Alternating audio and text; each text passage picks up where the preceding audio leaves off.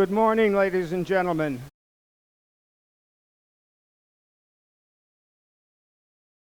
The Arkansas Holocaust Education Committee is happy to have each and every one of you here today. Welcome you to the 26th Annual Holocaust Education Conference. This kind of program does not get put on without the work of many people. In particular, the committee chaired by Dr. Grace Donahoe. First thing, we have some housekeeping things. On the backs of your programs, there is a floor plan of this building. You'll need to look at that to be able to find the sessions that you wish to go to. There are concurrent sessions, 7 of them. You have only an opportunity to go to 3. So you need to take a look at the sessions that are being offered and make a selection of the 3 that you would like to go to. They are repeated throughout the day. You're going to have to move quickly to the session of your choice. There are students with lavaliers who are the ambassadors and who will help you get to your session and will close the session when it is full. That doesn't mean when every seat in the room is taken. We wish all of the presenters to have an audience, so when we get to a number predetermined at a rank higher than mine, that the session is full, it will be closed. The last 5 minutes of the session, the ambassadors will give you an evaluation form, which we very much would like you to fill out. It helps us to know what to do in subsequent years. Lunch will be picked up outside rooms 226, 227, and 228 for those of you who have been here before, not in the food court. I see Dr. Donahoe in the back. She is already standing, and I would ask all of you to join me in giving her a round of applause.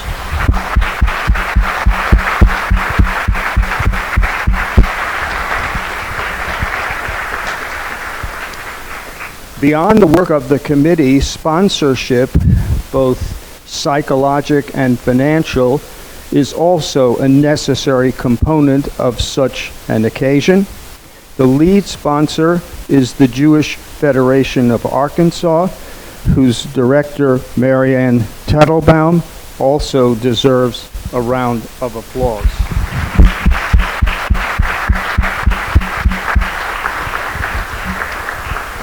At today's plenary session, we are delighted to welcome Dr. Kevin Simpson.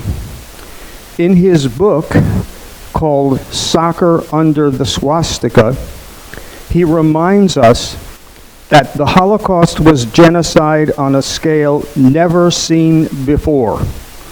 A combination of modern technology and bureaucratic efficiency driven by primitive impulses.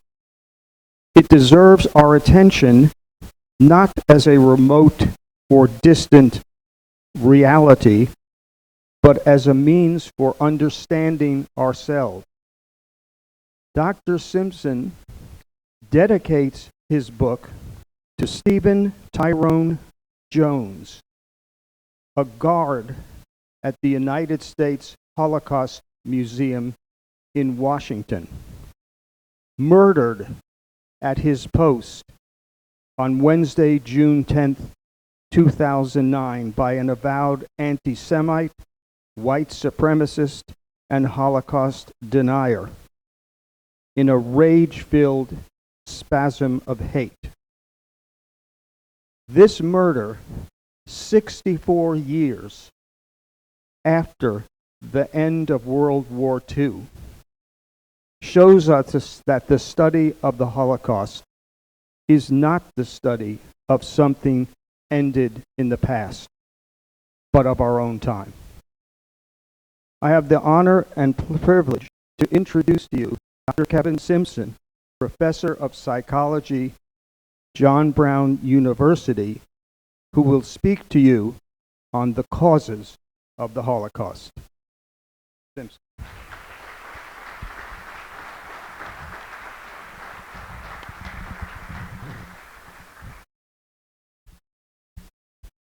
All right, good morning. Thank you for that kind introduction, Joel.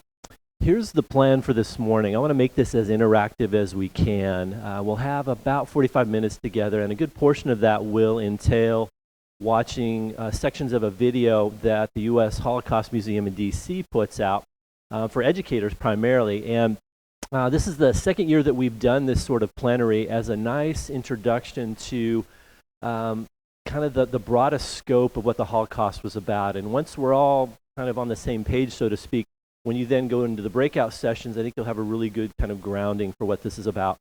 So let me start by saying thank you for coming, simply because this is a topic that, frankly, many of us, I think, would rather avoid, right? Who wants to talk about mass murder? Who wants to talk about genocide?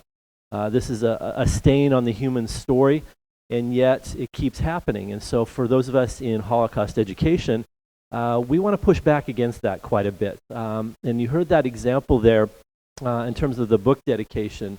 And I'll be very brief with this sort of remark, but the events of that day, of course, will stay with me forever. And again, I don't want to make this necessarily about myself, but the dedication was important because not only does it confirm for so many of us the need to keep telling these stories, but on a more relatable level, I think the stories need to be told simply because the direct witnesses to these atrocities, to this history, sadly are fading from time. And you're going to have the very unique privilege later on this morning, kind of early afternoon, to hear from two survivors as well. Like I said, a very rare opportunity, and one, again, that I really encourage you to soak up as best you can. So as we get started here, I'll have some opening remarks, but then we'll, again, jump right into the video. Actually, I've got a couple of them that I want you to see. We'll end with one as well. But we'll have some pause points. And again, I want to encourage you to jump right in. We'll have a microphone that'll circulate and give you a chance again to kind of reflect on the themes as we encounter them. So we'll look at Nazism, we'll look at the war, why it was important, so to speak, to the development of the genocide that happened in Europe. And then we'll look again at some of the primary causes, which of course include anti-Semitism, the ideology of the Nazi Party, also the cultural conditions and some of the psychological conditions as well.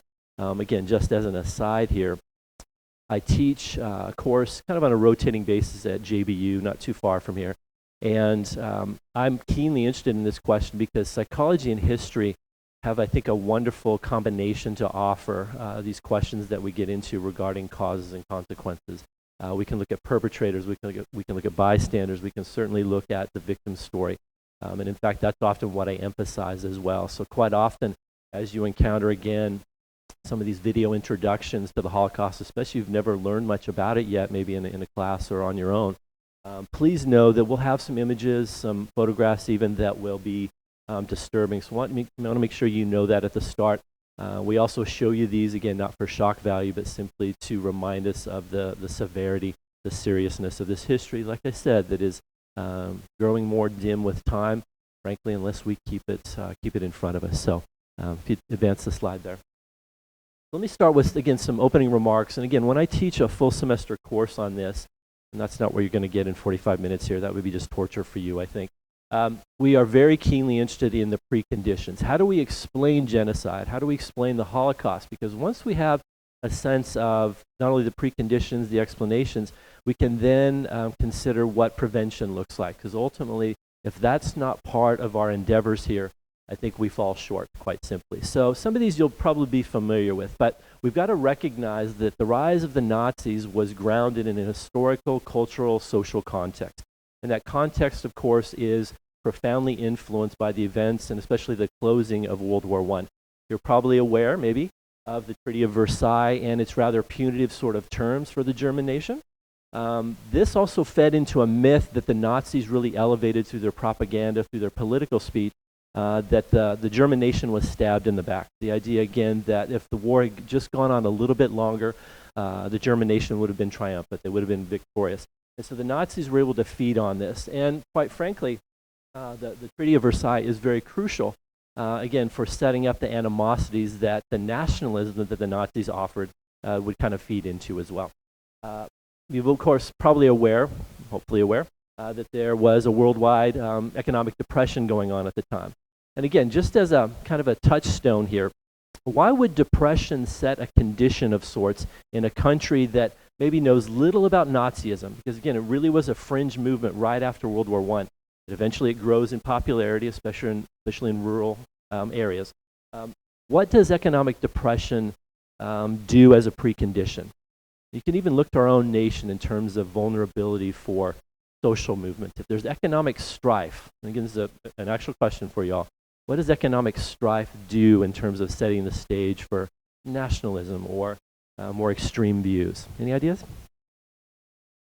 Kind of jump the gun here on the circulating microphone, so we'll just holler it out and I'll repeat the answer. Why would economic conditions be a precondition here? Yeah. Why would it increase the extremes of political views? I think you're right. Why would that be?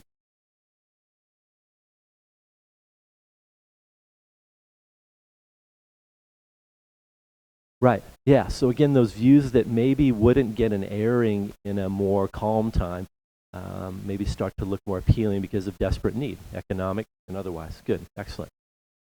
What else? Exactly. Right. You start to get at the social psychology here, right? The haves and the have-nots, we could just as easily be talking about us versus them, right? This is a very basic condition in social psychology. We see it again in our classroom hallways, right? When again, we see groups that maybe have a little more power, influence, status in a school, right? And again, the groups that are maybe more marginalized, a little bit more subtle. Good. Any others, real quick? A good start, great start. Okay, so let's move on. Again, we look at historical context here with World War I, economic sort of factors as well. The other thing you want to know or need to know as well is that there are actual battles going on in the streets of Germany, places like Munich especially, where really the birthplace of Nazism occurred. And it's the fear of communism because, of course, we're in the context of the communist revolution, the Bolshevik revolution in Russia, nearby Russia, basically. And so, especially in capitalists are going to be wary of this, German capitalists. Again, this is notable because when the Nazis finally take power and they consolidate power and eliminate their enemies, especially their political enemies, the communists are among the first to be detained, arrested, and also, of course, imprisoned in some of the first concentration camps. So the communist threat is going to be running through the Nazi ideology. You see it in the propaganda. Of course, you see it again in the political actions as well. The other thing as well, and you again have I think a sound awareness of this, that Adolf Hitler as a personage, as an individual, in his charisma, something he practiced, quite frankly, through speech making and this sort of thing. This figurehead, even a messianic sort of deliverer, this is what Hitler offers the German people. And again, in the era, it seems kind of old and dated to us now, but in the era, they used the technology of the time to reach, again, the populace. So radio, again, as old as that kind of seems to us, radio was the primary means. Again, this would have been, of course, the social media of the day, right? So this would have been a way, again, to get into every German home, especially with speeches that were very resounding, very charismatic, very appealing as well. Again, the message doesn't start out in a virulent or aggressive anti-Semitism. It starts out on economic terms. It starts out, again, on reunifying the German people. Again, reminding them, again, of their heritage. The notion of one blood, one nation, one Führer, again, was a very common sort of theme there as well. And of course, we then come to the deep-seated anti-Semitism. Now, when you look at the research on the perpetrators themselves, of course, we're talking about ultimately tens of thousands of people, from the low-level sort of perpetrator, again, who's maybe engaged in one-to-one killing, especially the killing that happens in the East by bullets, by guns, and also those, again, who are part of bureaucracies which make it possible for trains to run on time, to the various ghettos or to camps and detention centers. What we find, again, is that anti-Semitism certainly is embedded in European culture. In fact, many historians, if you were to ask them, or in fact, in the era, if you would have asked them, where would you expect the Holocaust or some sort of atrocity like this to happen? Germany probably would have been third, maybe even fourth on the list. A place like France or Russia often would come more to the top. Again, we're kind of getting into the weeds here in terms of the history, but this is notable because Germany, again, was a beacon of sorts in terms of culture, economic achievement, at least up until the Depression itself. And so Germany was often the last place where people expected this to happen. But part of the reason why it did happen, quite frankly, is the anti-Semitism that, again, just kind of ran through the culture. Not everyone necessarily was anti-Semitic, but there were enough folk, especially in positions of power and influence, to make sure that people bought into the lies, frankly, that the Jew was a threat. So as we again begin the clip that you're going to see here, we're going to jump right into the beginning of the Nazi reign. And like I said, we'll pause a couple of times to get some discussion going. But I want you again to see the rise of the Nazis, why in fact it was so crucial to the events that would come later on that we'll study today. That of course is the Holocaust. And basically, as I said already, the Nazis move quickly. They arrest their opponents, and in fact within about 4 months after Hitler takes power, we have the first concentration camp, and that's Dachau, the first major concentration camp. This is, again, just outside of Munich, camp, again, that we still use as a memorial. But the enemies, the so-called enemies of the German state that are taken there, are not Jewish just yet. They are communistic, they're social democrats. They're also, again, so-called anarchists and anti-socials, basically. So with that, we'll take a look at the rise of the Nazis.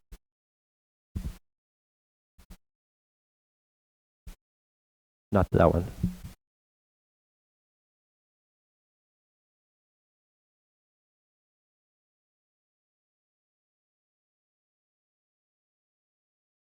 The DVD might have reset since we went to the... That's good.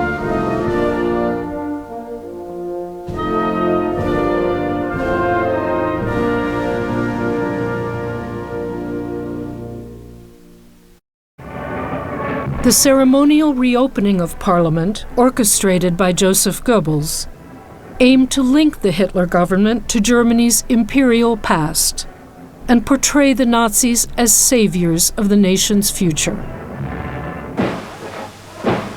The event was carefully staged to reassure the German establishment, including the military, that Hitler would respect their traditions. Nazi-controlled newsreels then gave the impression that the army supported the new government. Though Hitler walked behind longtime President Hindenburg for now, the new chancellor would soon be Germany's absolute dictator. The day was dedicated to the new Germany, and more than 100,000 school children stood shoulder to shoulder as the car bearing the aged president and the chancellor proceeded through the crowd to the speaker's stand. Whether you agree with his doctrines or not, it must be admitted that the leadership of Hitler has united the German people for the first time since the war. Their almost fanatical enthusiasm is a marvel to the entire world. Hindenburg remained president until his death in August 1934. With Hindenburg gone, Hitler, by agreement with the army, abolished the office of president, declaring himself Führer and Reich Chancellor, leader of the nation and head of the government. Now there was no authority above or beside him. Immediately, the armed forces swore an oath of allegiance to Adolf Hitler. Ich schwöre bei Gott, diesen heiligen Eid,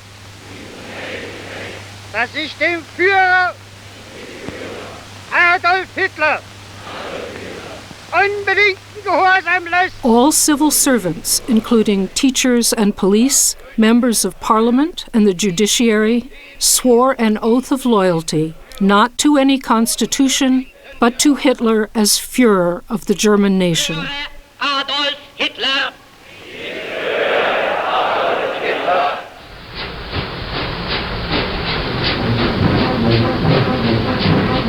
The economy had reached rock bottom when the Nazis came to power.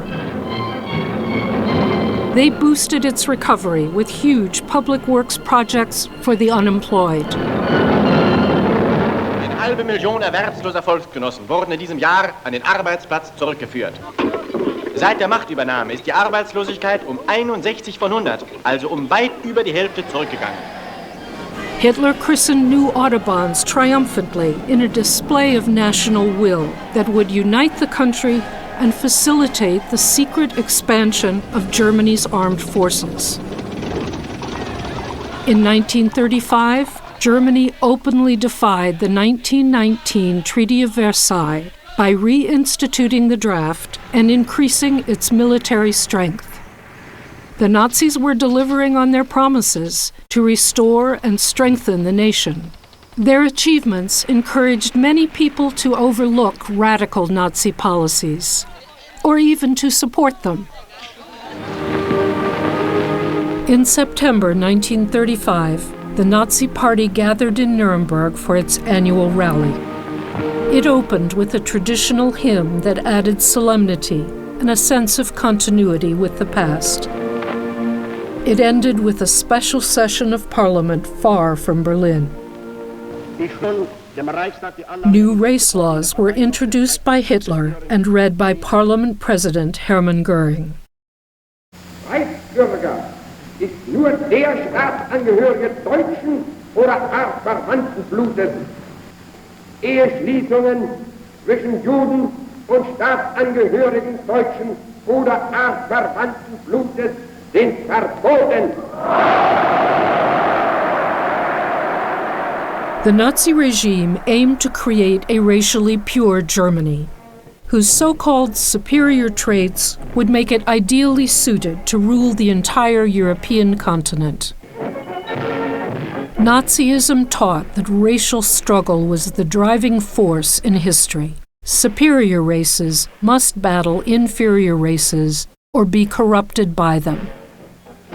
The Nazi concept of a national community was exclusive and based on race, as defined in the new laws and decrees. Heinrich Himmler and the SS led the ideological battle.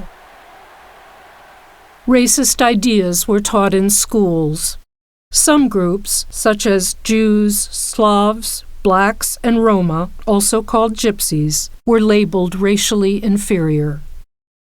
People with mental or physical disabilities were designated unworthy of life. Scientists and medical professionals applied pseudo-scientific theories for measuring and valuing racial characteristics.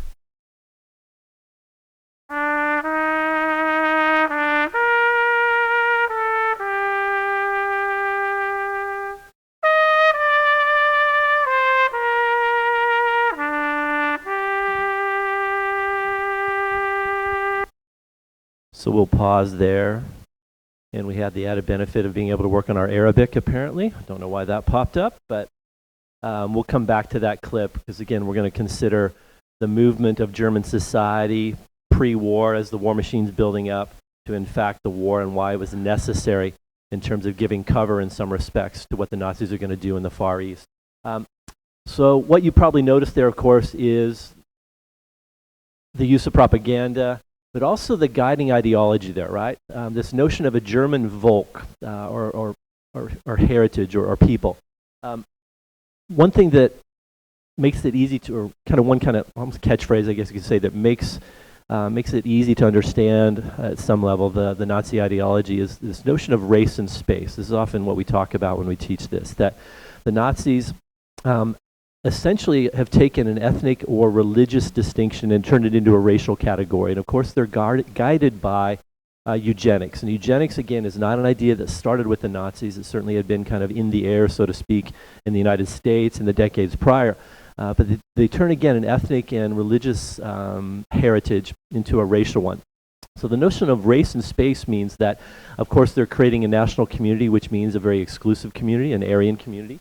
But the notion of space is really a commitment to a colonial sort of pursuit. So again, as war starts, it becomes a colonial war at first. In fact, Poland gets divided. You'll see that here in the clip in a little bit. Poland gets divided between the Soviet Union and the Nazi state. And from there, again, you have the conditions which make, again, the Holocaust much more likely to happen, because as the purge of Jews from German society happens in all the different disciplines and vocations and so on, the Nazis are going to so-called acquire more Jews than they can ever really deal with once they conquer Poland, and then as they move east as well. Again, this is important to note because their efforts for purification take on much more violent sort of ends. It starts with legalized persecution. You saw that with the Nuremberg laws, but then it again becomes much more violent, much more insistent, basically. So, if you would, advance to the next slide. So, you see this gradual but rather rapid, frankly, isolation of the so-called enemies of the German state there. How did the Nazis do this? You saw some examples there. How did they isolate their enemies?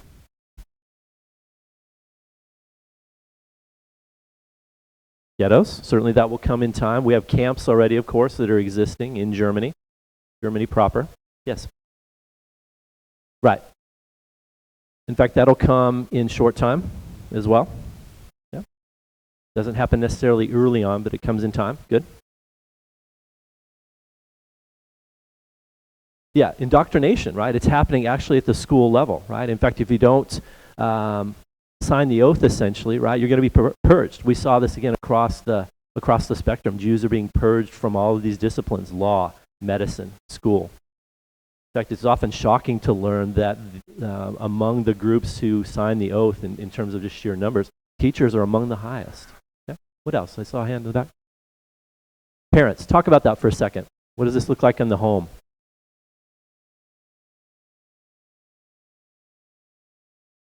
Right. So in fact, they're trying to even control reproduction here, right?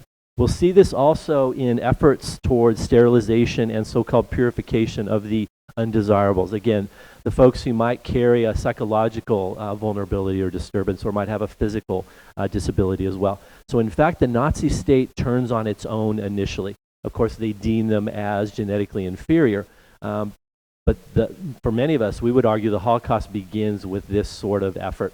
It's legalized persecution. It's also, again, the program for sterilization and control of birth rates, this sort of thing, and also what will come through euthanasia, a program that's called the T4 program. Actually, by the way, again, you'll hear references to this in a minute. The groundwork that's set in the T4 program within the borders of Germany and Austria will be employed in the East in the camps. The specialists, the doctors, the nurses, the bureaucrats, they're going to be sent to the East, many of them, to in fact inflict this type of brutal medicine on the East. Any other, again, connections there you see in terms of how the Jews, very specifically, are in fact impoverished? That's a key word I think we want to focus on. How is this happening? It was very briefly mentioned in that clip. You may know this from your other studies. Yes? So what would these laws entail in terms of the financial side of things? Right. Right. Yeah.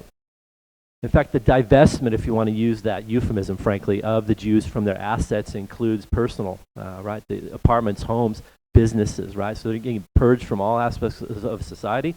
This includes the economic. You also may have, if you had the means, wanted to emigrate to maybe, again, Western Europe. That's one of the tragedies within this tragedy, is many Jews fled from Germany proper and Austria proper, headed west to, at the time, free countries, the Low Countries, Holland, Belgium, and especially France. And then many of those were caught up in just a couple of years later in the Nazi madness as well. Those, again, who emigrated, they would have to pay heavy taxes, and oftentimes, again, their property or businesses were confiscated, again, through these legal means, so-called legal means as well. Okay. All right, so let's continue on. We'll continue with the section, again, that brings us up to the war. We have one more hand. Sorry, go ahead. Intermarriage laws. Again, I was going to have you elaborate, but right.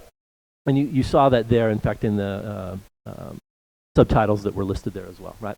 Again, banning, again, intermarriage. This is remarkable because we'll see this persecution intensify between so-called mixed marriages as the war goes on. In fact, not only does it start with Jews, again, who are going to be more simply identified by their so-called racial heritage, but we're going to see this in mixed marriages later on as the war progresses. Not this one. We'll go to the clip, the movie clip at this point. Thanks.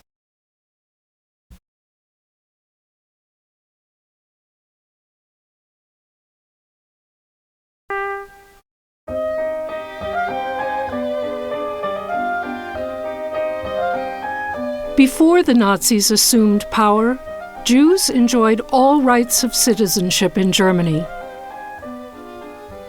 After 1933, the German government gradually excluded Jews from public life and public education. Newly established Jewish private schools provided a safe learning environment for some. By 1938, German authorities had isolated and segregated Germany's Jews, expelling them from the professions and eliminating most opportunities to earn a living.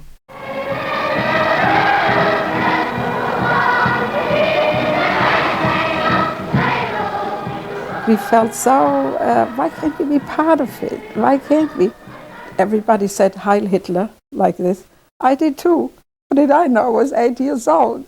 So my mother said to me, you're not supposed to do that. I said, why not? She said, haven't you been told that you are Jewish? I said, oh, I forgot. Germany's Jews would get plenty of reminders. Meine Herrschaften, hier ist Boykott in jüdischen Warenhäusern. Gehen Sie doch bitte weiter. This sense of isolation that came upon us after 1933, gradual and increasing, it also affected us psychologically. We knew we were in a hostile world. Between 1933 and 1939, the German government enacted hundreds of laws to define, segregate, and impoverish German Jews. My sister and I used to slink by those huge banners that were all over the city, and we used to just try not to see them, thinking if we didn't see them, they weren't there. But they were there. That just little by little, that really took over. Wer selig geworden ist, der weiß, ohne Lösung der Judenfrage keine Erlösung der Menschheit. The goal of Nazi propaganda was to demonize Jews and encourage Germans to see Jews as dangerous outsiders in their midst. After 1935, everyday anti-Semitism was a regular part of carnival parades and floats. Public displays of anti-Semitism reinforced a climate of hostility toward Jews in Germany, or at the least, indifference to their treatment. In March 1938, German troops moved into neighboring Austria. Germany shredded another provision of the Versailles Treaty as Hitler's homeland was incorporated into Germany. It was a disaster for Austrian Jews. Within a year, the Nazis achieved in Austria what had taken 5 years to carry out in Germany. On November 9th, the Nazi Party orchestrated an outbreak of anti-Jewish violence throughout Greater Germany. It was a lawless onslaught that outraged the world and provoked criticism of the regime by many Germans. Jewish businesses that had already suffered anti-Semitic attacks were targeted for deliberate vandalism disguised as spontaneous public action. Party officials directed the SA, SS, and Hitler Youth to destroy Jewish shops and torch synagogues. Over 7,000 Jewish-owned businesses were vandalized. Germans named the violent attacks Kristallnacht, Night of Broken Glass, for the shattered windows of Jewish-owned stores that littered the streets. The nationwide violence damaged or destroyed more than 250 synagogues. After Kristallnacht, I remember driving through Berlin and seeing the synagogues in flames and all the glass on the streets and the people huddled and depressed. They walked around like the victims, like the hunted. German police filled the concentration camps with thousands of Jewish inmates. The SS released them only if they agreed to emigrate. But Jews faced increasingly restrictive immigration quotas in most countries and bureaucratic hurdles in Germany. A new law, issued in October 1938, required Jews to surrender their old passports, which would be valid only after the letter J was stamped on them. 2 months later, another law prevented the flight of capital owned by Jews when the Economics Ministry froze all Jewish property and assets. Many, who had the means and somewhere to go, tried to leave Germany. Some families sent their children alone to other, safer countries. They could not know how soon the world would be at war.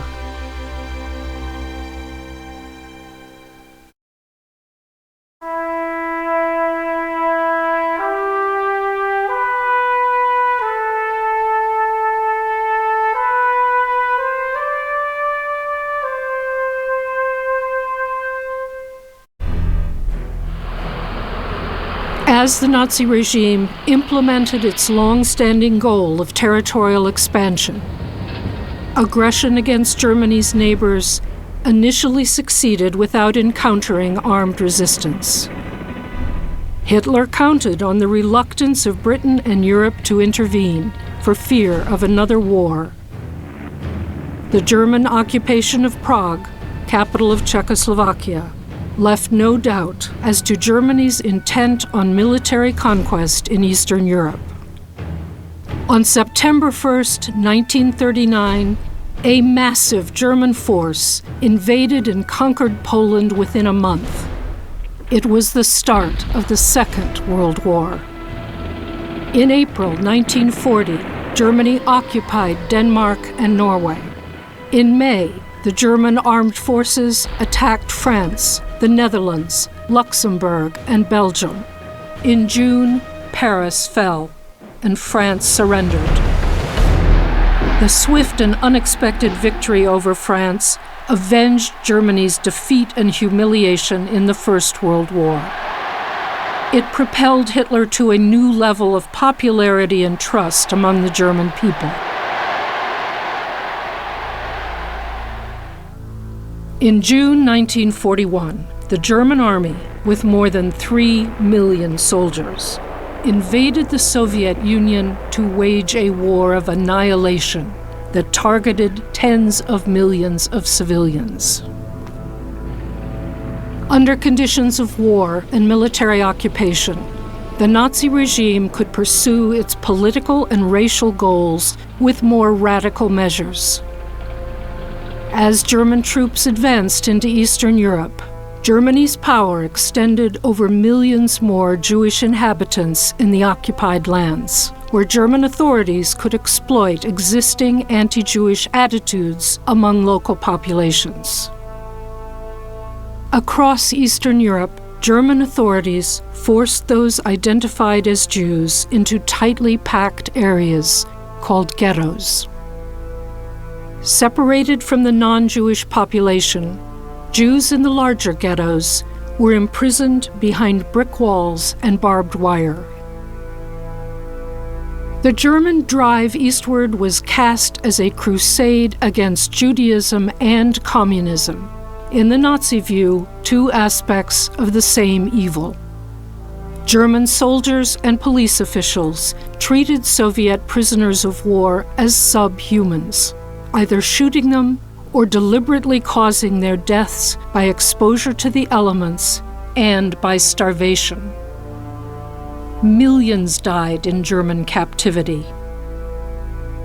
On the Eastern Front, racial political instruction was part of regular training for all types of German occupation forces. SS Chief Heinrich Himmler referred to the war against the Soviet Union in an address to his men. This invasion is an ideological battle and a struggle of races. Here in this struggle stands National Socialism, an ideology based on the value of our Germanic Nordic blood.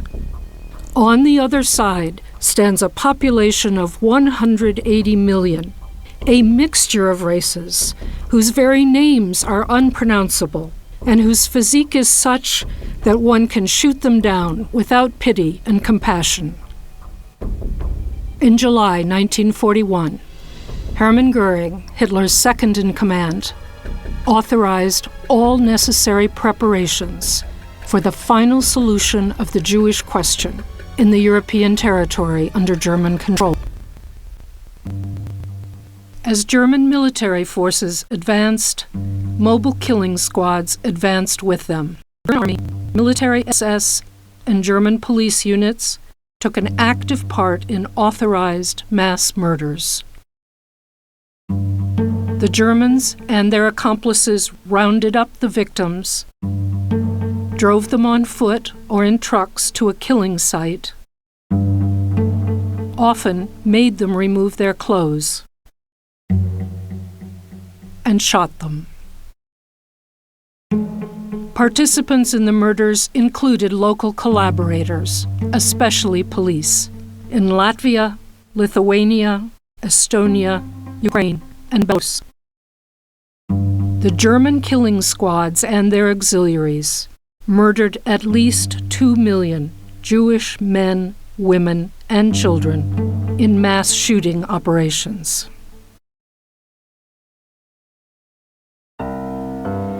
Back in Germany, SS and police deported the remaining Jews to the occupied Eastern territories. In German-occupied Warsaw, the walled ghetto that German Jews entered as newcomers in 1942 was already a place of mass suffering due to terrible overcrowding, lack of sanitation, disease, and starvation imposed by the Germans. Despite all efforts of the imprisoned Jews to find ways of surviving and sustaining their communities, those conditions increasingly led to death for scores of thousands. Most vulnerable were the orphaned children. Originally, German occupation authorities established ghettos to concentrate Jews and separate them from the non-Jewish population. Later in the war, many ghettos served as staging grounds for the transportation of Jews to the east, euphemistically called resettlement by the Germans, who promised their captives better conditions and opportunities to work. People endured unimaginable suffering on journeys that lasted days without food, water, or toilet facilities. Many of the weak, the young, and the elderly died before reaching the destination. The Germans and their collaborators deported roughly 2.7 million Jews and others to killing centers in German-occupied Poland.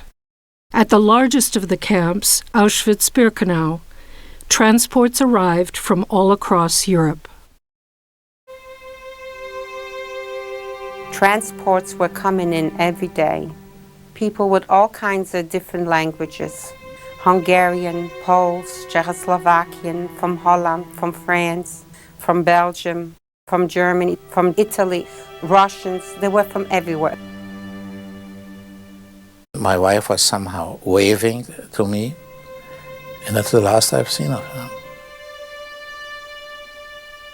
The smell, gas chambers.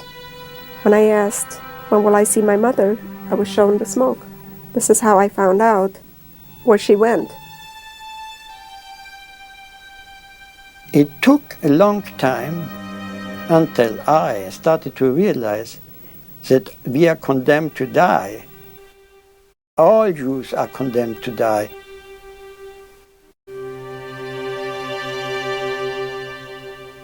Those whom the SS judged unable to work were killed, often within 2 or 3 hours of arrival.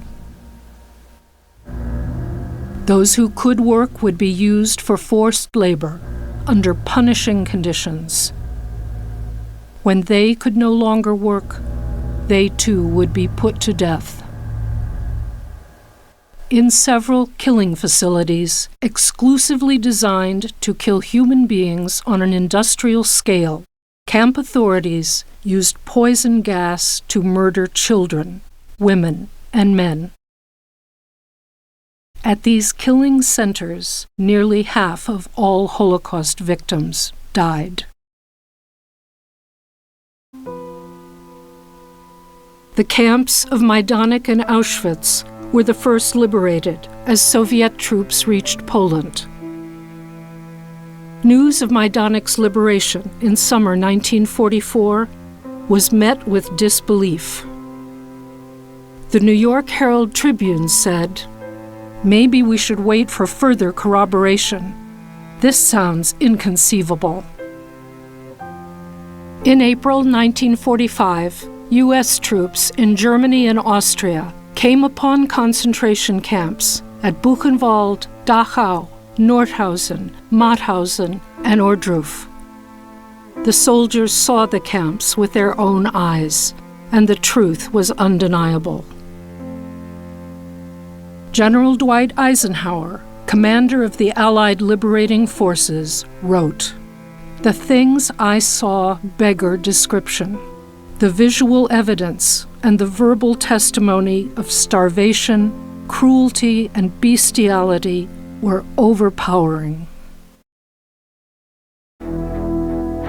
In American movie theaters, newsreels made witnesses of thousands more. One commentator said, "To future generations, it must be told. Once man did this to his brothers. In the 20th century, there existed a civilization which for 12 years returned to barbarism." Shock permeated the camps as liberating troops tried to grasp what they had found.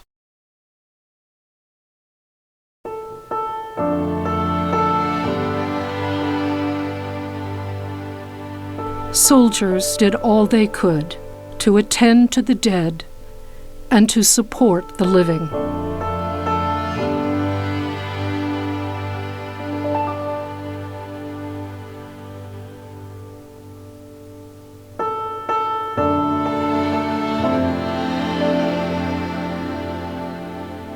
Those who survived faced the slow task of reclaiming their dignity and returning, somehow, to life.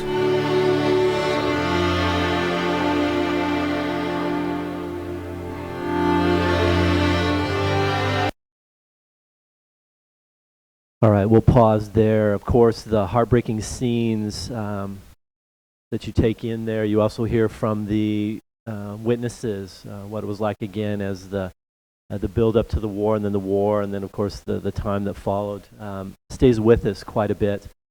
We have just about 5 minutes left. In fact, I'd have you move ahead just a couple slides here, past that one as well. Before we get to this question, I had another clip that I wanted to show you. We simply don't have time for it. Let's respond to this very simple question here that of course has some depth to it. We pause with those heart-wrenching scenes. We close with the realization that for so many who even may have survived the war and made it to liberation, so many perished after that because, again, of the cumulative effects of starvation and deprivation and all of that.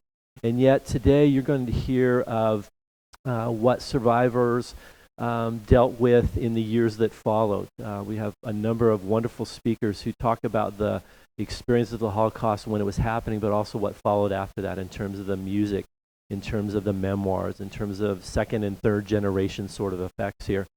But as students of this question, right, of this history, why in fact do we consider this important to study the Holocaust? I mean, we could be talking about equally disturbing events from the Civil War, from World War I. So why the Holocaust? Why ought we remember? What do you say to that?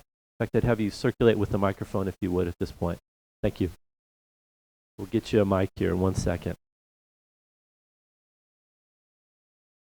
Because really, why we do this conference, it's for the students who are sitting here, right? So why remember? Go ahead. I'd say we should remember, because if we don't learn about it now, then we're doomed to repeat it, or some form of it. Good. In fact, you heard that from General Eisenhower as he's touring the camps. He had a worry, he had a concern that it won't be long until people start questioning, doubting, maybe even denying. And we're very much in the midst of that nowadays. Very good. Why else?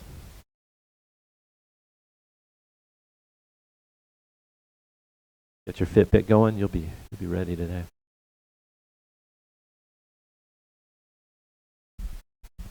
Because of our decisions that we did denying the Holocaust and the horrific events going on, that we could have helped and prevented what happened. Excellent.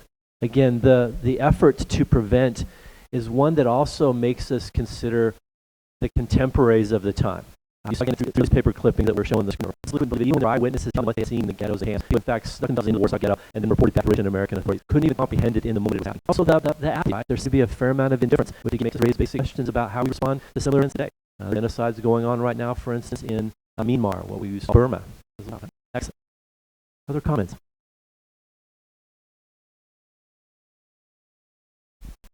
We need to learn, or to know if anything like that happened, we know signs and what's going on. In terms of how we think about somebody who is the other, right? Who is not us, supposedly, right? We lose, of course, sense of their humanity and the similarities we have instead of emphasizing difference. Excellent.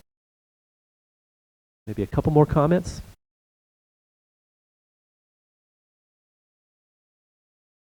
Down in front here? Thanks.